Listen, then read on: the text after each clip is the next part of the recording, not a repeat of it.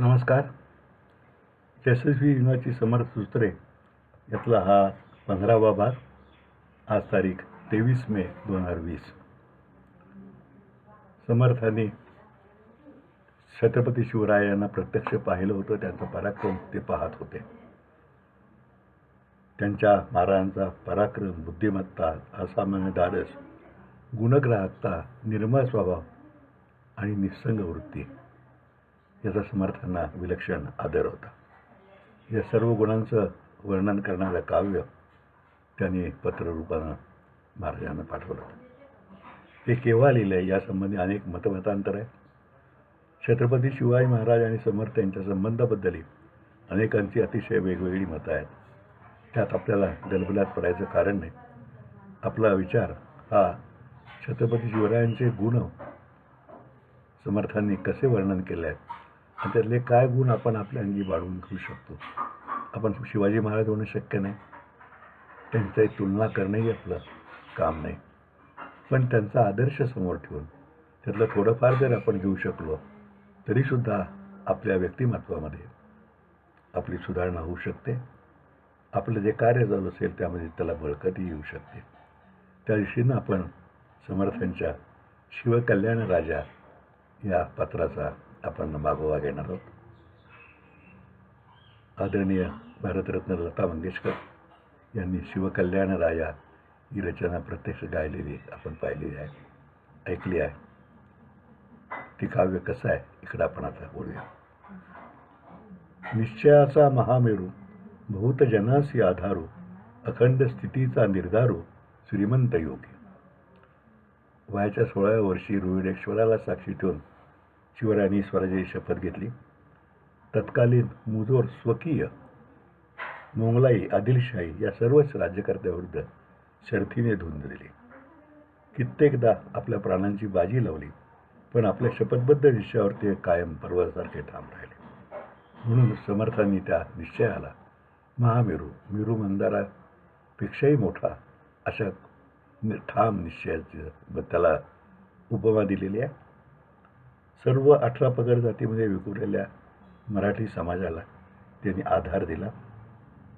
जुलमाखाली गांजलेल्या जनतेला त्यांनी परत स्वाभिमानानं जगायला शिकवण दिली. रोहिडेश्वराशी पायाशी केलेला संकल्प त्यांनी आपल्या पराक्रमानं सिद्धीला नेला. पण शिवाजी महाराज छत्रपती झाले, राज्याभिषेक झाला, तरीही व्यक्तिगत स्वार्थाचा लवलेशसुद्धा त्यांना शिवला नाही.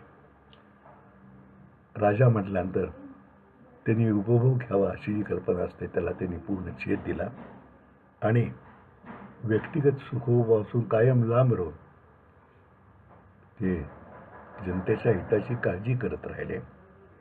म्हणून समर्थांनी त्यांचं वर्णन श्रीमंत योगी या शब्दात केलेलं आहे. अतिशय चपखल अशा तऱ्हेचं आहे. हे 2 शब्द आहेत. परोपकारीची आहे राशी, उदंड घडती जयासी, तयाचे गुणमहत्वासी तुलना कैची. महाराजांनी असंख्य राबत्या आणि लढत्या हातांना मदत केली. ती करताना आपण कुणावर उपकार करतोय अशी भावना त्यांच्या मनात नव्हती. हे एका योग्याचंच लक्षण नाही का? अडल्या नडल्यांना विशुद्ध भावनेने निरपेक्ष मदत करणे हा योगीजनांचा विशेष असतो. अशा दुर्मिळ सद्गुणांची तुलना, हे दुर्मिळ सद्गुणाच्या शिवरायांची तुलना कुणाशी आणि कशी होणार? नरपती, हयपती, गजपती, गडपती, भूपती, जळपती, पुरंदर आदी आणि आदिशक्ती पृष्ठभागी. शिवरायांचं सेना सामर्थ्य आणि राज्याचा विस्तार करताना समर्थ म्हणतात, हा विराट अशा सैन्याचा हा नायक आहे. त्याला मोठे पायदळ, घोडदळ, गजदळी आहे. अनेक गडकोट, किल्ले, सागर प्रदेश हा सुद्धा त्याच्या अधिपत्याखाली आहे. आरमार सिद्ध आहे आणि आदिपुरुष आणि आदिशक्ती या दोघांचाही महाराजांना आशीर्वाद आहे. यशवंत, कीर्तिवंत, सामर्थ्यवंत, वरदवंत, पुण्यवंत, नीतिवंत, जाणता राजा. शिवरायांनी मनात जे जे संकल्प आणले त्यात ते यशस्वी झाले. मुळात परकीय शक्तीविरुद्ध लढा उभा करणं अवघड, त्यांच्यावर मात करणं आणि आपल्या मोठ्या मोजक्या आणि निष्ठावंत साथीदारांचं दळ उभं करणं ही मोठी अवघड गोष्ट त्यांनी केली. त्यामुळे त्यांच्या कीर्तीचा आणि पराक्रमाचा धाक सगळ्यांना निर्माण झाला. पण तरीसुद्धा त्यांनी आपलं पुण्यपूर्वक वर्तणूक आणि अतिशय नीतिमान वागणं कधीही सोडलं नाही.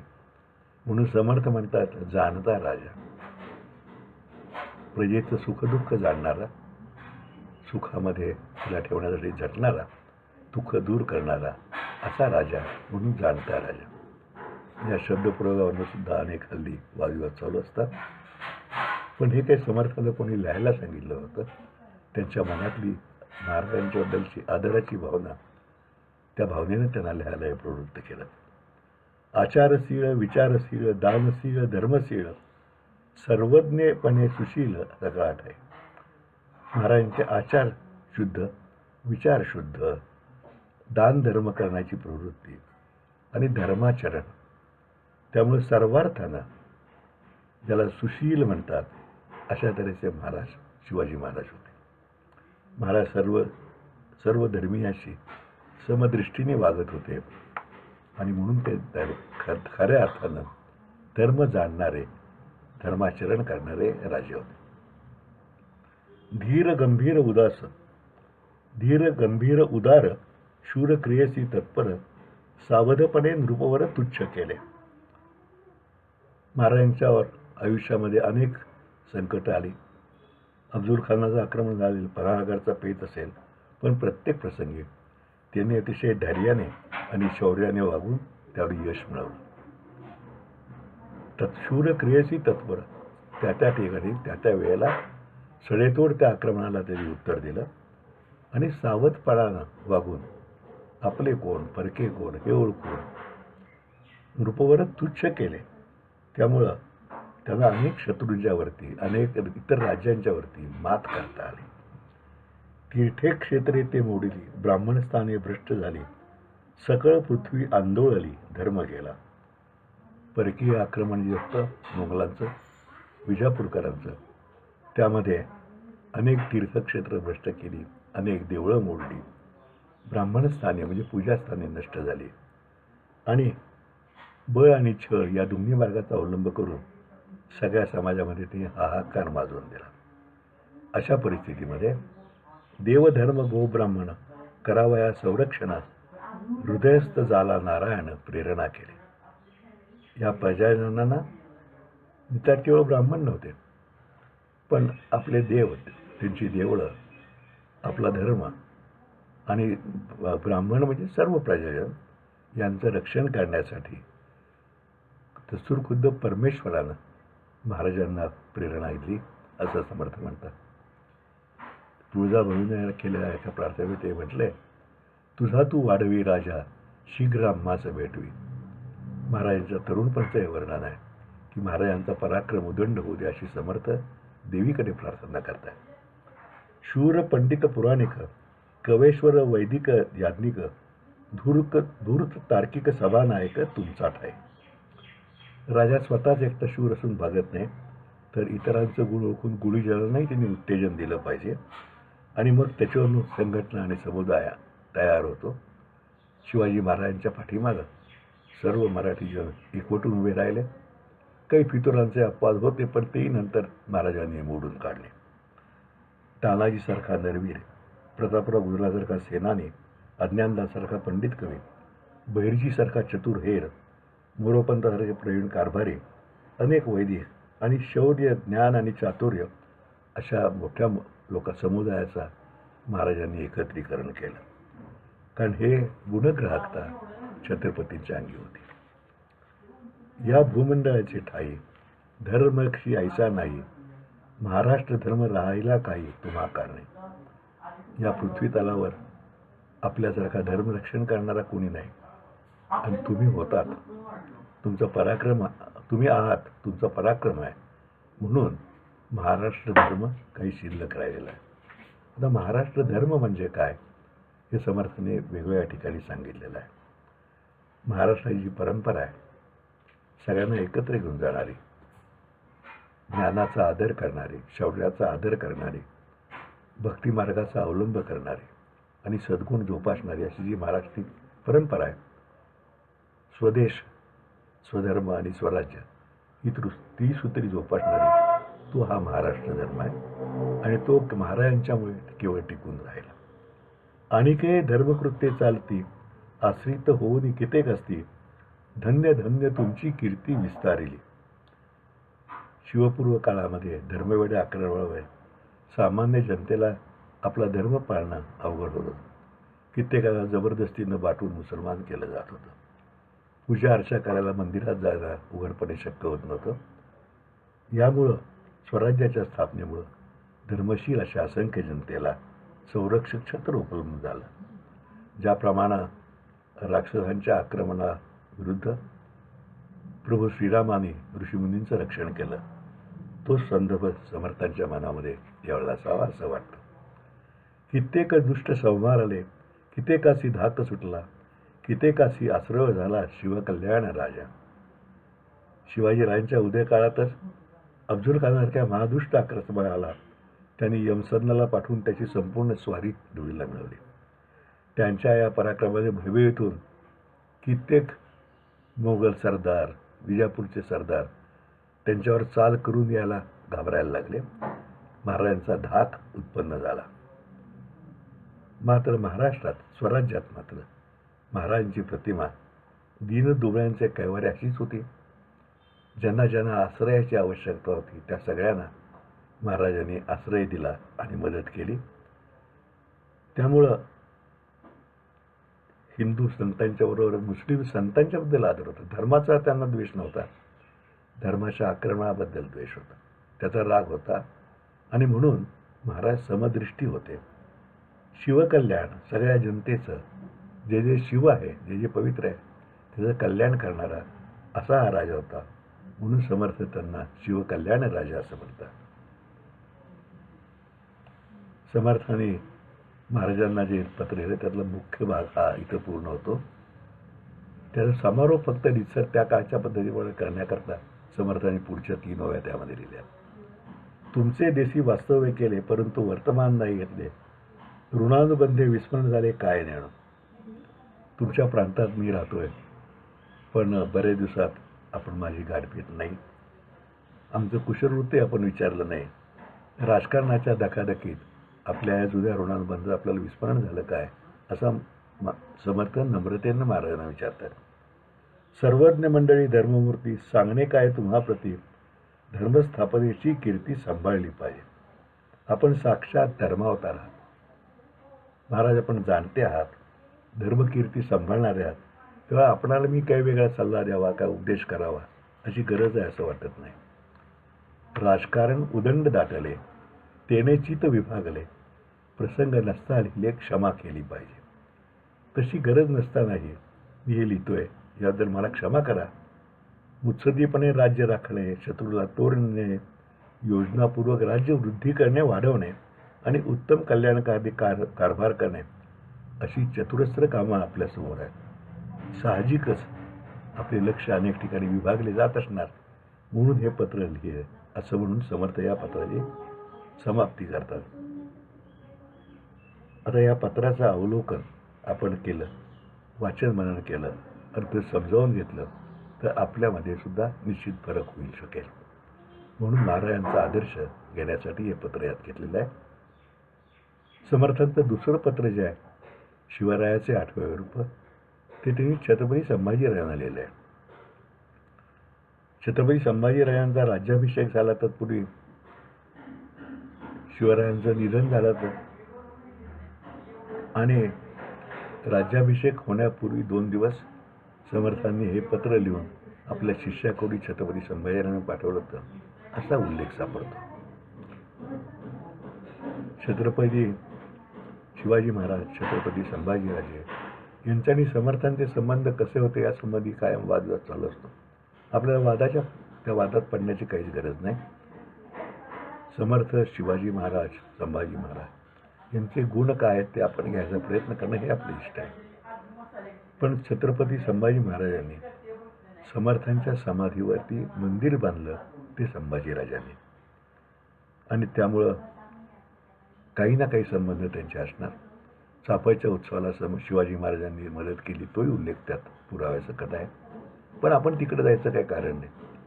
समर्थ जे सांगतात, जे गुण सांगतात छत्रपती शिवरायांचे, छत्रपती संभाजी महाराजांचे, आणि संभाजी महाराजांना उपदेश करताना परत शिवाजीराजांचेच गुण त्यांनी सांगितले. त्याचा मागोवा आपण घ्यायचा, एवढंच आपलं काम आहे. त्याचं बांधवायचा प्रयत्न करायचा, हे आपलं जीवत कार्य असलं पाहिजे. समर्थ म्हणतात, अखंड सावधान असावे, दुश्चित कदापि नसावे, तजविजा करीत बसावे एकांत स्थळी. राजाला बेसावध आणि अस्वस्थ राहून चालत नाही. आपलं चित्त कायम स्थिर ठेवलं पाहिजे आणि वेगवेगळ्या योजना आखण्याकरता रोज थोडा तरी वेळ एकांतात घालवला पाहिजे. काही उग्र स्थिती सांडावी, काही सौम्यता धरावी, चिंता लागावी परावी अंतर्यावी. छत्रपती संभाजींचा पराक्रम अजोड होता, पण स्वभाव थोडासा तापट होता, असं आपण इतिहासात वाचतो. काही समर्थांना हे अभिप्रेत असेल. म्हणून समर्थ म्हणतात की तत्पर आणि आक्रमक अशा दरार आणि धाक असतो, हे खरं असलं तरी सदैव उग्रता कामाची नाही. थोडी सौम्यता, थोडा मवाळापणा धरून अशी आपण वागलं तर इतरांची मनोगते आपल्याला जाणता येतात. ती लोक तुमच्या मोकळेपणाने बोलू शकतात आणि सर्वांच्या सुखाची काळजी आपण घेऊ शकतो. मागील अपराध क्षमावे, कारभारी हाती धरावे, सुखी करून सोडावे कामाकडे. आपले पदाधिकारी असतील, त्यांच्या काही चुका असल्या त्यापैकी भूमिका बघा. क्षमायोग्य असतील त्यांची क्षमा करा आणि पुन्हा त्यांना आपल्या कामावर, आपल्या कामाच्या पद्धतीप्रमाणे सामावून घ्या आणि त्यांच्या अनुभवाचा फायदा आपल्याला होऊ शकतो. त्या कारभाऱ्यांना विश्वासात घेऊन त्यांच्या चुका क्षमा करून त्यांना योग्य मार्ग दाखवून आपण त्यांचा उपयोग राज्यकारभाराकडे लावू शकतो. पाठवणी तुंबने घेना तरी मग पाणी चालेना, तैसे सज्जनांच्या मना कळले पाहिजे. जनांचा प्रवाह चालिला म्हणजे कार्यभाग आटोपला, जन ठाई ठाई तुंबला म्हणजे खोटे. राज्यातल्या शेतीचा प्रभाव ह्या ओळीत स्पष्ट दिसतो. पाटाचं पाणी जसं असतं की त्याला मध्ये कुठेतरी अडथळा आला, तुंब बसला तर पाणी चालत नाही, तसं राजाचा जनसंपर्क असला पाहिजे, तरच त्याला लोकांच्या मनामध्ये काय चाललंय हे जाणता येईल. राजाचं धोरण प्रजेला समजून घेता येईल आणि राजा आणि प्रजा एक दिलानं राज्यकारभार चांगल्या तऱ्हेने होईल हे बघू शकेल. प्रजेला आपल्याबद्दल आदर असावा, पण भीती नसावी, असं वर्तन असावं. म्हणून हा प्रवाह, जनप्रवाह म्हणजे लोकांच्या मनातील विचार आपल्यापर्यंत पोचणं, आपले विचार त्यांच्यापर्यंत पोचणं, हे चाललं म्हणजे आपोआप आपलं कार्य सिद्धीस जातं. श्रेष्ठी जे जे मिळवले त्यासाठी भांडत बसले, मग जाणावे फावले गली मानसी. ऐसे सहसा करू नये, दोघे भांडता तिसऱ्याशी ज, धीर धरून महत्कार्य समजून करावे. थोरल्या व्यक्तीला श्रेष्ठ म्हटलं जातं. समर्थांच्या मोठ्या बंधूंनी श्रेष्ठ म्हणत. थोरल्या महाराजांनी म्हणजे शिवाजीराजांनी मराठी स्वराज्याची स्थापना केली, त्यासाठी तर भांडणं सुरू झाली घरात, तर शत्रूंचं फावेल ही गोष्ट समर्थांनी इथे लक्षात आणून दिली आहे. आणि दोघांच्या भांडणामध्ये तिसऱ्याचा लाभ होतो. त्याकरता तसं करू नये. उलट महाराजांचं जे महत्कार्य आहे ते पुढं कसं होईल, आणखी जास्त प्रभावी कसं चालेल, इकडे लक्ष द्यावं असं समर्थ विनवत आहेत. आधीच पडला धास्ती म्हणजे कार्यभाग उभे नास्ती, या कारणे समजती बुद्धी शोधावी. कोणत्याही गोष्टीचा आपल्याला आधीच धाक पडला, भीती पडली तर यश हाती येत नाही. त्यामुळं मला असं वाटतं की समर्थांच्या मनामध्ये अफजल खान भेटीचा प्रसंग असावा. अनेक मराठी मंडळी सुद्धा तेव्हा घाबरली ती की हा अफजल खान एवढा पराक्रमी आहे, तेव्हा महाराजांचा कसा काय निभावा लागेल. पण महाराजांनी भीतीचा किंचित लवलेश मनात न आणता धैर्यानं भेटी सिद्ध केली आणि योग्य वेळा त्याचा खात्मा सुद्धा केला अफजल खानाचा. त्यामुळं आपण बुद्धी वापरली तर कुठल्याही संकटावर मात करू शकतो. राजी राखता जग, मग कार्यभागाची जगबग, ऐसे जाणून या सांग, समाधान राखावे. सकळ लोक एक करावे, गलिम निवटून काढावे, ऐसे करिता धावे कीर्ती दिगंतरी. समर्थ म्हणतात की सगळे लोक एकत्र आपल्याबरोबर घ्यावे. आपल्या सैन्यामध्ये, आपल्या जनतेमध्ये फूट पडता कामा नये. या जनतेशी आपण सख्य साधावं आणि आपल्या ईश्वरी कार्यात ज्याप्रमाणे थोरल्या महाराजांनी म्हणजे शिवाजीराजांनी साऱ्या जातीपाती धर्माचे लोक आपल्या स्वराज्य स्थापनेसाठी जोडून घेतले होते, त्याचप्रमाणे आपणही करावं. म्हणजे आपल्याला यश मिळेल, आपली कीर्ती होईल आणि आपला पराक्रम कायम दुमदुमत राहील. आधी गाजवावे तडाके मग भूमंडळ झाके, ऐसे न होता धके राज्याचं होते. आपल्या पराक्रमानं शत्रूला तडाके देऊन नामोहरम म्हणून सोडावं. हा पराक्रम असा असावा केवळ शत्रूलाच नाही पण साऱ्या जगालाच आपला धाक आणि दरारा वाटला पाहिजे. असं जर सामर्थ्य आपलं प्रगट झालं तर सध्याचा शत्रू का पण इतर कोणा रे भावी काळात आपल्यावर आक्रमण करण्याची हिंमतच होणार नाही असं मला सांगतात. समय प्रसंग ओळखावा, निपटून काढावा, आला तरी कळवून द्यावा जनामध्ये. राजकारण करताना कधीतरी नको असलेला कठीण प्रसंग येणार. अशा वेळेला त्याची वाच्यता न करता साम दाम दंडभेद या मार्गाने त्याच्यावरती मात करावी. लोकांना ते कळू देऊ नये, कारण प्रजेची मनं चलबिचल होऊ शकतात. राज्यामध्ये सकळ लोक सलगी देऊन करावे सेवक, लोकांचे मनामध्ये धाक उपजोची नये. आपण सर्व रयतेशी जिव्हाळ्यानं वागावं, त्यांना आपल्याबद्दल आपलेपणा वाटेल असं वागावं. लोकांच्या माधवामध्ये आपला धाक उपजेल असं वागू नये, कारण जर धाक असला तर मग ते सुराज्य होणार नाही आणि स्वराज्यसुद्धा होणार नाही. बहुत लोक मिळवावे, एक विचारे धरावे, कष्टे करून घसरावे मिळेंच्यावरी. आहे तितुके जतन करावे आणि पुढे आणिक वाढवावे, महाराष्ट्र राज्य करावे जिकडे तिकडे. राज्यातील सर्व लोकांना एकत्र करून त्यांच्या स्वराज्याचा जी ज्योत आहे ती फुलवून त्यांनी भारावून लोक राज्यासाठी शर्त करतील. त्यांच्या मनातला स्फुल्लिंग आपण जागृत करावा आणि परक्या शत्रूवर तुटून पडावं. शिवप्रभूंनी स्थापन केलेलं हे महाराष्ट्र राज्य आहे, त्याचे प्रतिपालन आपलं कर्तव्यच आहे. पण या श्रींच्या राज्याचा विस्तारही सतत करीत जावे साऱ्या भरतखंडावर. समर्थ म्हणतात महाराष्ट्र राज्य करावे जिकडे तिकडे, त्याचा विस्तार सर्व भारतभर व्हावा, सर्व विस्तार व्हावा, अशा तऱ्हेचा आपण पराक्रम गाजवावा. लोकी हिंमत धरावी, शर्तीची तरवार करावी, चढती वाढवी पदवी पावाल्याने. आपण शर्थीनं पराक्रम गाजवाल तर आपोआपच आपल्याला लोक नावाजत राहतील, आपली कीर्ती सगळीकडे वृद्धिंगत होत राहील. शिवराजास आठवावे, जीवित तृणवत मानावे, इहलोकी परलोकी राहावे कीर्तिरूपे. शिवरायांच्या पराक्रमाची आठवण ठेवून त्यांच्या आदर्शाप्रमाणे आणि निर्देशाप्रमाणे आपण वागावं. स्वराज्यासाठी प्राण देण्याची तयारी छत्रपती शिवरायांनी धरली होती. त्याप्रमाणे आपलं जीवन हे काडीप्रमाणे आहे, तृणवत आहे असं मानावं.